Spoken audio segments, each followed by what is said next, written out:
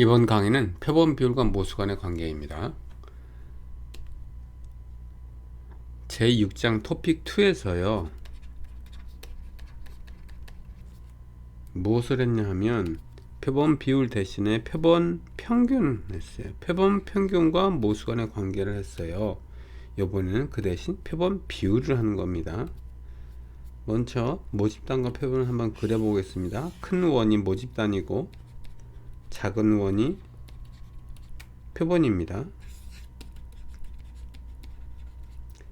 제6장 토픽 2에서는 모집단의 뮤 시그마 제곱 즉 모수죠. 이 모수와 표본의 x바 간의 관계를 찾았어요. 그랬더니 관계가 이런 식으로 나왔습니다. x바가 많이 나올 거 아닙니까? 이 표본 모집단에서 표본이 나올 건데 그 표본의 평균이 뮤와 일치하고 x바의 분산이 시그마 제곱 오버 n과 일치하고 x바는 특별한 경우에 정기분포한다고 되어 있습니다. 어느 경우냐 하면 모집단이 정기분포를 따르거나 혹은 표본의 크기가 충분히 큰 경우, 일반적으로 30 이상인 경우를 말합니다. 그래서 x바 평균, x바의 분산, x바의 분포 모양을 했어요. 자, 이번에는 표본 비율과 모수 간의 관계입니다. 일단 모수는 모집단 비율이에요. 그래서 모집단 비율을 P라고 하겠습니다. 그래서 모 비율은 모집단 비율을 말합니다. 그 다음에 표본 비율이 있어야 되겠죠. 표본 비율은 P 해트라고 놓겠습니다. 표본 비율.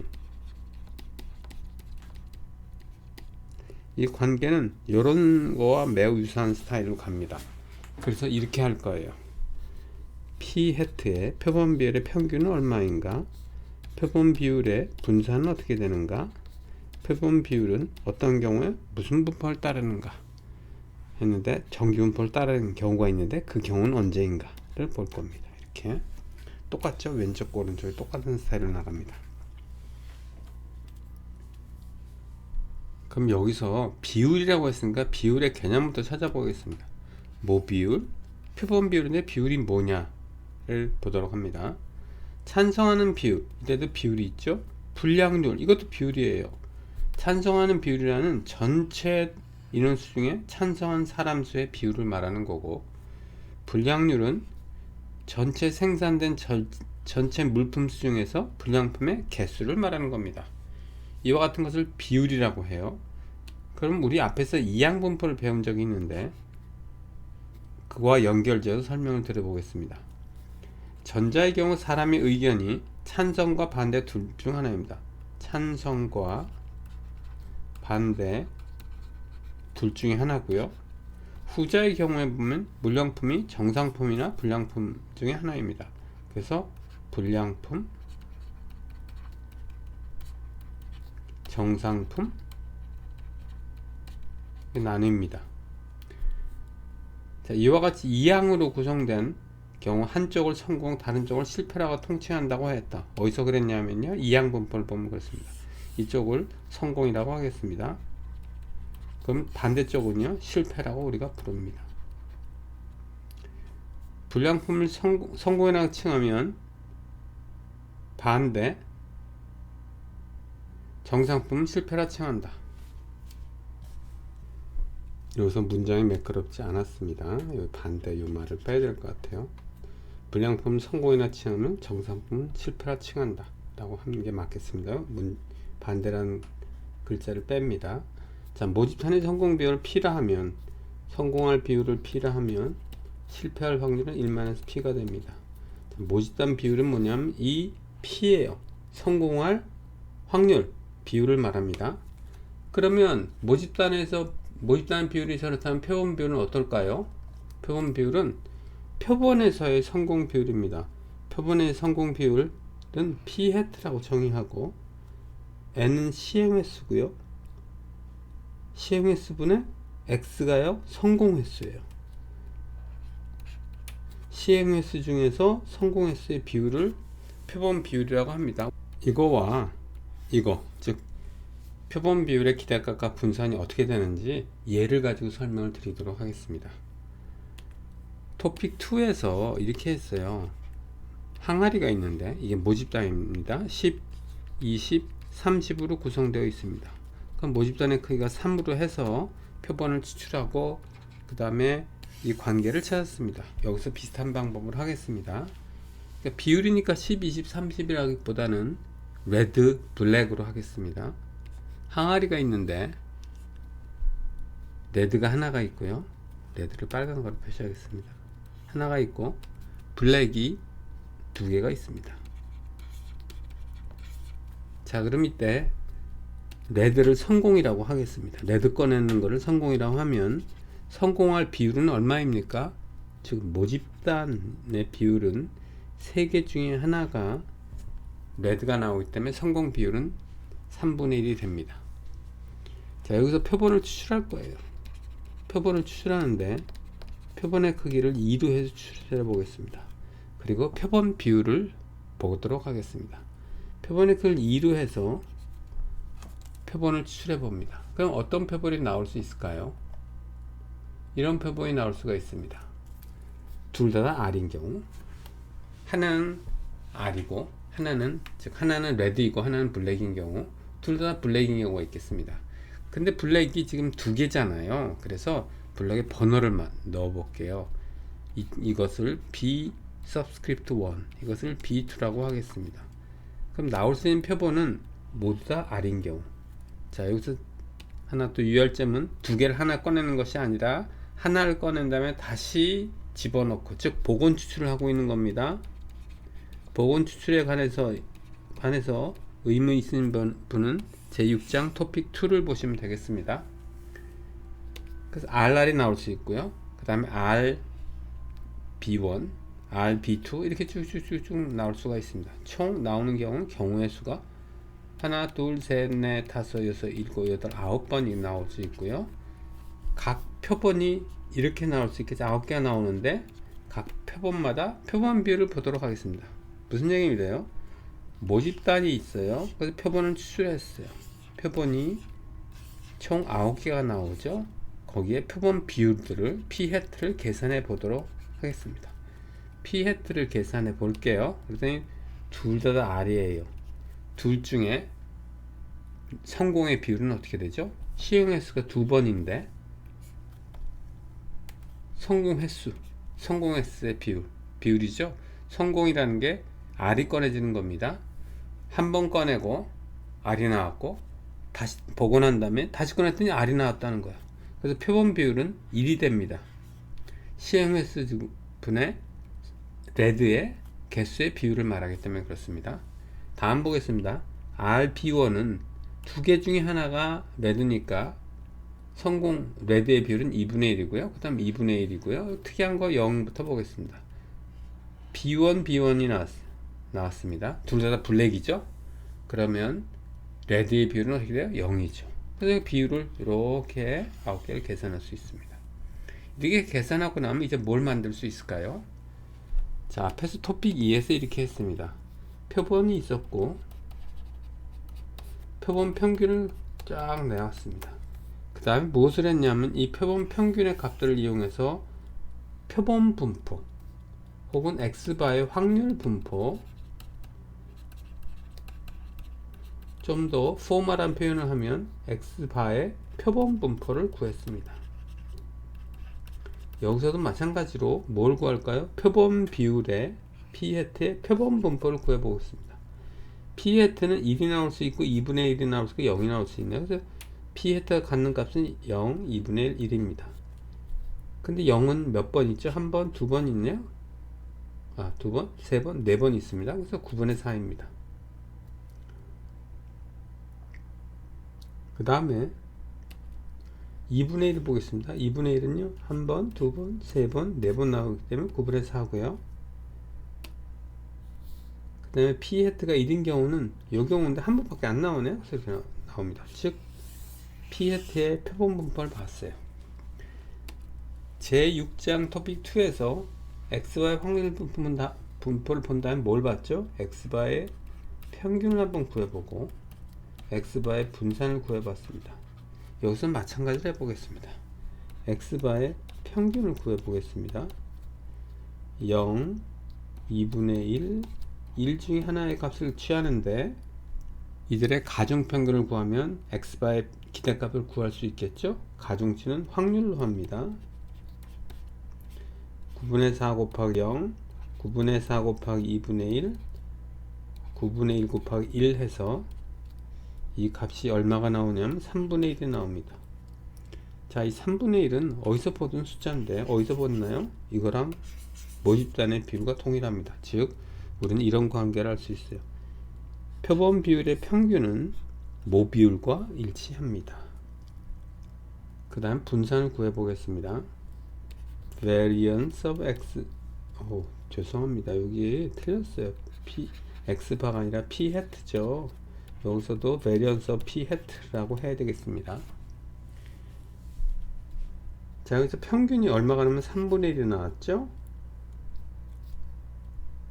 근데 p hat가 취할 수 있는 값은 0이거나 2분의 1인가 1이죠. 0을 취하는 경우를 볼게요. 0 빼기 요 3분의 1 제곱을 하고요.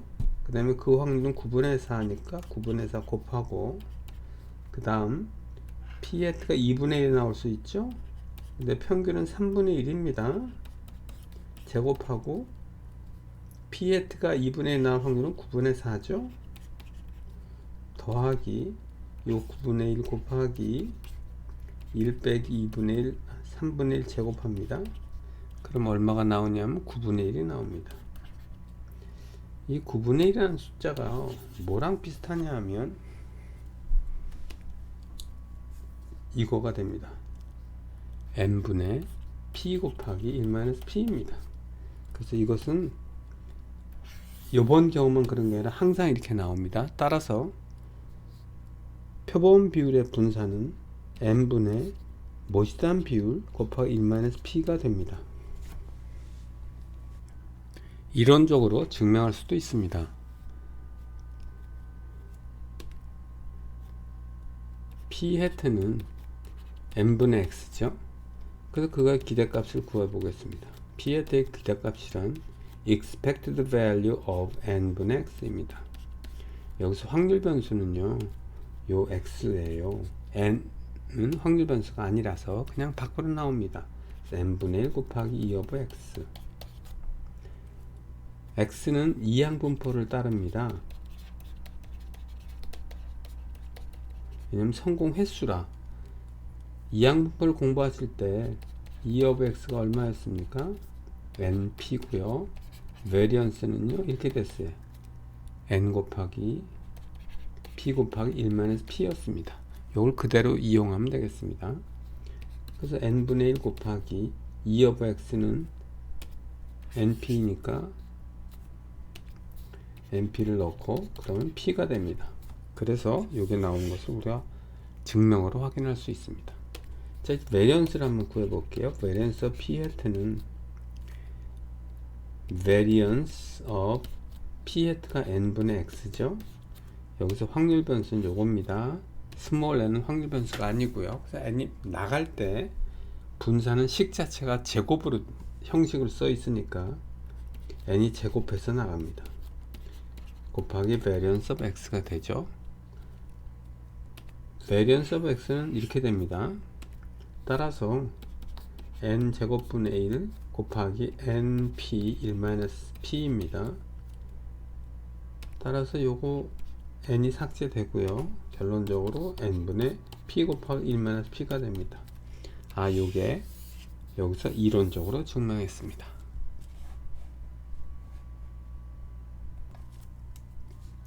이제 p hat가 언제 정기분포를 따르는지 이 부분을 보도록 하겠습니다. 제5장 토픽 7에 이런 내용이 있습니다. 이항분포가 특별한 경우에 정기분포랑 근사해집니다. 어느 경우냐 하면 다음과 같은 경우 np가 10 이상이고 and n 곱하기 1-p가 10 이상인 경우, 이런 경우에 이항분포와 정규분포는 매우 유사하다고 했습니다. 즉 무슨 뜻이냐면 n이 크고 p가 0.5에 가까우면 된다는 얘기예요. 이 조건을 만족하면 이항분포나 정규분포나 비슷하다는 얘기예요. p 해트 행태를 보도록 하겠습니다. p 해트는 n분의 x바인데 n은 상수예요. 정해진 움직이지 않는 숫자라고요. 변동하지 않는 숫자이고 x가 확률 변수죠. 근데 이 조건을 만족하면 x가 정규분포에 수렴한대요. 그 얘기는 결국 n이 상수이므로 p 해트가 이 조건을 만족하면 정규분포에 접근한다는 뜻입니다. 정규분포와 유사하다는 뜻입니다. 즉 p 해트가 정규분포를 따릅니다. 언제요? n이 충분히 크고 p가 0.5에 가까우면 일반적으로 이렇게 말합니다. n 곱하기 p가 10 이상이고 and n 곱하기 1-p가 10 이상이면 p 해트는 정규분포와 유사하다고 합니다. 그래서 결론적으로 말하면 이렇게 되네요. p 해트 표본의 성공 비율의 평균 분산 분포 모양을 보았습니다. 토픽 2 6장의 토픽 2에서는 x바의 평균 분산 분포 모양을 봤는데 이번 토픽에서는 표본 비율의 평균 분산 분포 모양을 봤습니다. 연습 문제 6.6을 봅니다. 어떤 화학물질이 혈관에 투여될 때 인체가 반응할 확률은 20%이다. 이건요 모 비율을 말합니다. 그래서 스몰 p 모 비율이 20%예요. 1000명의 사람에게 이 화학물질 투여할 때 220명의 사람이 반응할 확률 있습니다. 반응하거나 반응하지 않는 경우가 있죠. 반응하는 것을 성공이라고 보겠습니다. 그러면 반응하지 않는 경우는 실패입니다. 반응할 확률은 얼마입니까? 20%요. 실패할 확률은요 80%입니다. 1000명의 사람한테 시행했다니까 n이 1000입니다. 표본 비율이 1000명 중에서 220명 이하가 이렇게 되죠. 이하일 비율을 구하라고 했습니다. 근데 이렇게 되면 이제 문제가 하나 발생합니다. 이건 이항분포잖아요. 이항분포인데 지금 정규 근사를 할 거예요. 이항분포는 디스크리트이고 정규분포는 컨티뉴어스합니다. 그래서 변형할 때 근사할 때 문제가 발생해요. 자, 이거에 대해서는 토픽 7이요. 제5장 이항분포의 정규 근사라는 토픽이 있습니다. 거기를 보시기 바랍니다. 이렇게 되면 여기서 220이 아니고요. 요거 220으로 나누면 220 나누기 1000 하면 0.220 아닙니까? 그럼 0.220을 쓰는 것이 아니고요. 0.2205를 사용합니다. 그러면 궁금한 게 왜 0.0005가 왜 나왔나? 토픽 7에 제5장 토픽 7에 이항분포의 정규 근사를 보시기 바랍니다. 그에 대한 설명은 여기 있습니다. 그래서 이렇게 되는 거예요. 결국 표본 비율이 0.2205 이하일 확률을 구하세요 라고 구하면 되겠습니다. 정규분포로 근사를 해야 되니까 이건 G로 변환합니다. 근데 이때 이제 궁금한 게 P해트가 정규분포를 따르는가인데, 정규분포를 따르기 위해서는 근거가 조건이 있어야 되죠. 여기서 보면 n이 1000이고 p가 0.52입니다. 따라서 이 두 조건 더 만족해요. 그래서 우리는 이렇게 말할 수 있어요. P 헤트는 정기분포라고 간주해도 상관이 없겠구나 입니다. 그럼 이제 P 헤트가 0.2205인데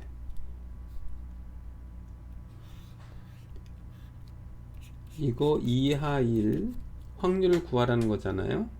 그럼 어떻게 됩니까? 표준정규로 변환해야 되겠죠?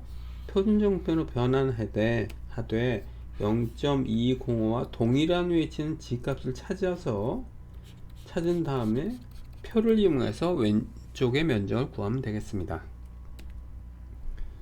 그럼 표준정규분포를 변환하려면 이렇게 해야 되겠죠? X가 정규분포 따를 때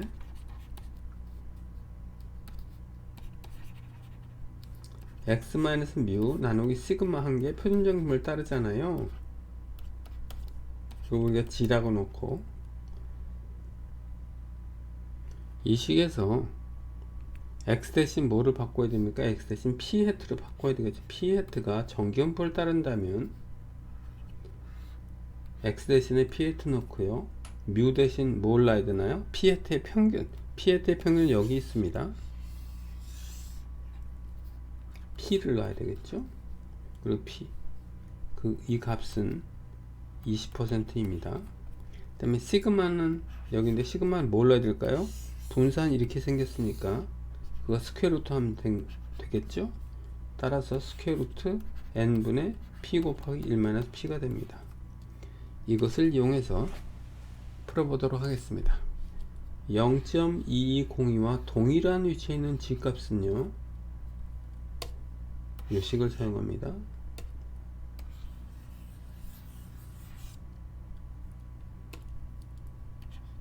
따라서 이렇게 되죠. 0.2205 빼기 평균을 해야 되는데 평균은 0.2고요. 그 다음에 나누기 할게요. 그 다음에 스퀘어 루트 p 0.2 곱하기 1 p 1 빼기 0.2 나누기 n 1000 하면 되겠습니다. 계산하면요 G가 1.62 이하일 확률과 동일합니다. 이거 표를 이용해서 즉 표준정규 표를 이용해서 계산하시면 0.9474가 나옵니다.